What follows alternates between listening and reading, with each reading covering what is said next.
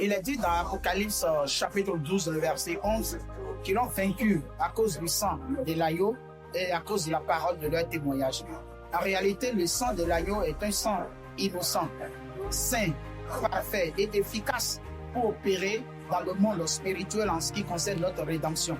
C'est pour ça que Dieu a envoyé son Fils unique.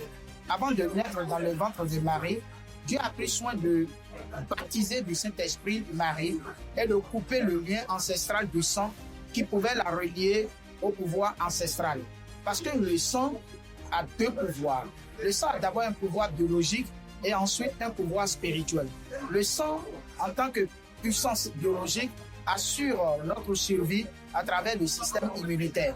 Mais dans le spirituel, le sang assure également la filiation et l'hérédité, en sorte que nous pouvons hériter, à part le sang, plusieurs maladies, plusieurs malédictions qui sévissent de génération en génération. Et vous comprenez que le sang n'est pas n'importe quoi. Dieu a même dit que vous n'avez pas le droit de manger le sang. Et là aussi dit, vous n'avez pas le droit de verser le sang humain.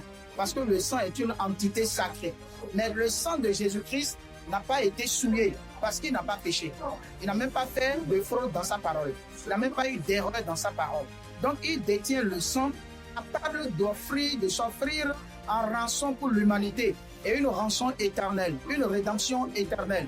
Et c'est pour ça que lorsque nous croyons en cette œuvre de la croix, nous devons comprendre que l'œuvre de la croix, c'est l'œuvre du sang de Jésus-Christ qui, un, a vaincu Satan, et qui, deux, a purifié nos péchés, et qui, trois, a scellé une alliance dans le monde spirituel entre le croyant et Dieu. Donc le sang de Jésus est très efficace.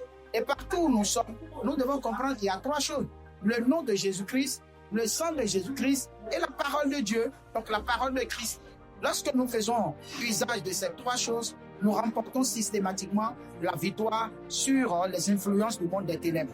Et c'est ça qu'il s'agit. Plusieurs chrétiens n'ont pas compris. C'est en réalité le centre même de notre foi. C'est le centre même de notre vie chrétienne. Si un chrétien ne maîtrise pas l'œuvre du sang de Jésus-Christ, cela voudra dire qu'il n'a pas encore compris ce qu'on appelle la vie chrétienne. Parce que la vie de tout être, tel que c'est dit dans Lévitique 17, verset 11, la vie de toute créature se trouve dans son sang. Mais nous, humains, notre sang a été souillé par le péché. Mais le sang de Christ n'a pas été souillé. Donc, il peut faire office de rédemption en notre faveur. Et c'est pour ça que, croyant, eh bien, le diable se sent menacé quand nous croyons en la puissance du sang de Jésus-Christ. Mais lorsque nous l'ignorons, ça réjouit le monde du diable. Jésus a dit, le prince de ce monde arrive, mais il n'a rien en moi. C'est-à-dire, le péché n'est pas dans son sang, donc le diable ne peut rien lui faire. Et il va donc verser ce sang-là en notre faveur pour que nous puissions en faire usage pour remporter la victoire sur le péché, sur le diable et sceller l'alliance avec notre Seigneur. En réalité, c'est de quoi il s'agit. Que Dieu vous bénisse.